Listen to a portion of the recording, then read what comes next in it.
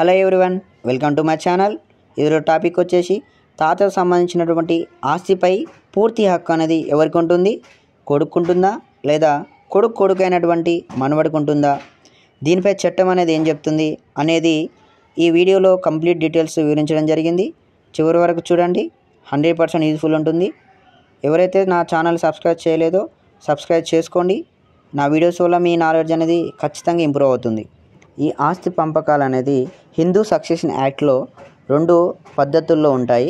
So మొదటి పద్ధతి వచ్చేసి, ఫర్ ఎగ్జాంపుల్, ఒక ఫాదర్ ఉంటాడు. ఆ ఫాదర్ అనే వ్యక్తికి తన సొంత ఆస్తి అయి ఉంది, అంటే ఫాదర్ తన సొంతంగా సంపాదించుకున్నట్టు ఆస్తి ఉంది, బట్ ఆయన చనిపోయాడు.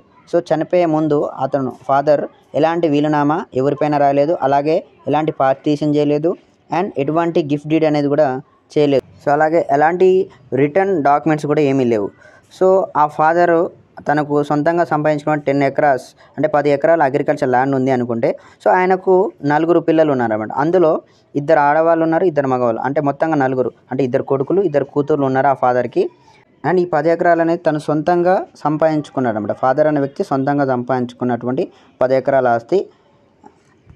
ఆ ఆస్తిని ఎవరి పేరు మీద రాయకుండా అండ్ ఎవరికి సేల్ చేయకుండా చనిపోయినప్పుడు ఆ ఫాదర్కు ఉన్నటువంటి 4 పిల్లలు అయినటువంటి 2 కూతుర్లు 2 కొడుకులు ఆ ఆస్తిని సమానంగా పంచుకోవాల్సి ఉంటుందన్నమాట. అంటే ఒక్కొక్కరికి 2.5 ఎకరాల చొప్పున సమానంగా వస్తుంది.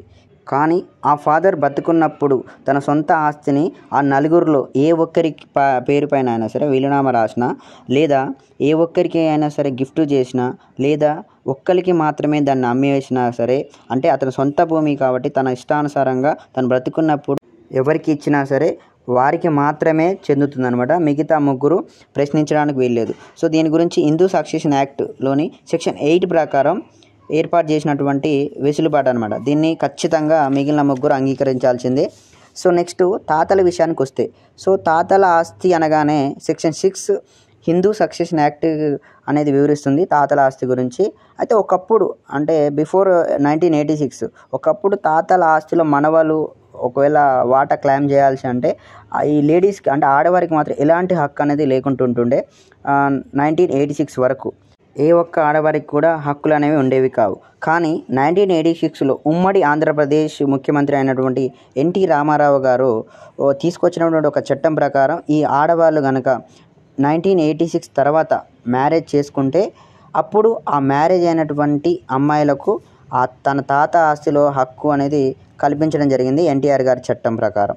అయితే దాని తర్వాత 2005లో సెంట్రల్ గవర్నమెంట్ ఆఫ్ ఇండియా అనేది ఒక చట్టాన్ని తీసుకురావడం జరిగింది. ఈ చట్టం ప్రకారం ఒక కండిషన్ పెట్టిందనమాట. అంటే సర్టెన్ పీరియడ్, అంటే కొన్ని సంవత్సరాల వరకు ఎవరైతే అమ్మాయిలు మ్యారేజ్ చేసుకోకపోతే, అంటే మ్యారేజ్ జరగకపోయినా సరే వారికి కూడా తాత ఆస్తిలో హక్కు అనేది ఉంటుందని చెప్పేసి 2005లో వచ్చినటువంటి యాక్ట్ చెప్తుంది. అయితే దాని తర్వాత రీసెంట్గా వచ్చినటువంటి 2020 ఆగస్టు 11 రోజున సుప్రీంకోర్ట్ ఆఫ్ ఇండియా అనేది ఒక జడ్జిమెంట్ అనేది ఇవ్వడం జరిగింది. వినీత్ కుమార్ శర్మ వర్సెస్ రాకేష్ శర్మ కేసులో. ఈ సుప్రీంకోర్టు జడ్జిమెంట్ ప్రకారం ఇది ఒక ల్యాండ్ మార్క్ జడ్జిమెంట్గా చెప్పొచ్చు.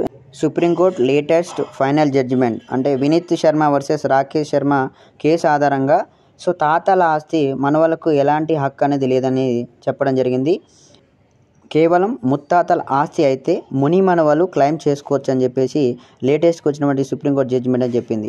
అంటే ముత్తాతల ఆస్తి లేకపోతే మాత్రం ఖచ్చితంగా పార్టీషన్ అనేది జరగదు మనవళ్ళకి అనేది ఈ సుప్రీంకోర్టు చెప్పినటువంటి అంశం అన్నమాట. సో కాబట్టి సుప్రీంకోర్టు జడ్జిమెంట్ ప్రకారం ఈ రోజున మెయిల్ అయినా ఫీమేల్ అయినా సరే ఎలాంటి తేడా లేకుండా అందరికీ సమాన హక్కు అనేది ఉంటుంది. సుప్రీంకోర్టు జడ్జిమెంట్ ప్రకారం సో కండిషన్ ఏంటంటే వీళ్ళ మధ్య, అంటే ఆల్రెడీ తాత ఆస్తికి సంబంధించిన 2020 కంటే ముందే, అంటే 2020 కంటే ముందే ఏదైనా రిజిస్టర్ అగ్రిమెంట్ ఉన్నా, లేదంటే రిజిస్టర్ పార్టీషన్ ఉన్నా, రిజిస్టర్ సేల్ డీడ్ అయినా, ఏదైనా సరే కోర్టు డిగ్రీ ఉన్నా, ఇలాంటి వాటి ఉంటే మాత్రం అప్పుడే ఈ సుప్రీంకోర్టు జడ్జిమెంట్ అనేది పరిధిలోకి రాదు. ఒకవేళ ఇలాంటివి ఏమీ లేకపోతే ముత్తాతల ఆస్తి మాత్రం ఖచ్చితంగా ముని మనవలకు మాత్రమే చెందుతుంది. మనవలకి కనీసం పార్టీషన్ వేసే హక్కు కూడా లేదనేది సుప్రీంకోర్టు లేటెస్ట్ జడ్జిమెంట్ అనేది చెప్పింది. సుప్రీంకోర్టు జడ్జిమెంట్ ప్రకారం ఆడవారికి ఎలాంటి కండిషన్ లేకుండా, అంటే వాళ్ళు ఏ ఇయర్లో పుట్టినప్పటికైనా సరే ముత్తాత ఆస్తిలో వారికి ముని మనవరాళ్ళు అయి ఉంటే ఖచ్చితంగా వారికి అనేది సమాన హక్కు అనేది ఉంటుందని చెప్పేసి సుప్రీంకోర్టు లేటెస్ట్ జడ్జిమెంట్ ఇచ్చింది. అండ్ తాతల ఆస్తిపైన మనవళ్ళకి ఎలాంటి హక్కు అనేది ఉండబోదు. కేవలం ముత్తాత ఆస్తిపైన మాత్రమే మునిమనవళ్ళకి హక్కు అనేది ఉంటుందనేది లేటెస్ట్ జడ్జిమెంట్ ద్వారా చెప్పడం జరిగిందనమాట. మీరు లా తెలుసుకోండి, గొప్పగా జీవించండి. మరిన్ని ఇలాంటి బెస్ట్ వీడియోస్ కోసం మీ లీగల్ అడ్వైజర్ ప్రవీణ్ బిక్కి యూట్యూబ్ ఛానల్ని సబ్స్క్రైబ్ చేసుకోండి. Thank you so much.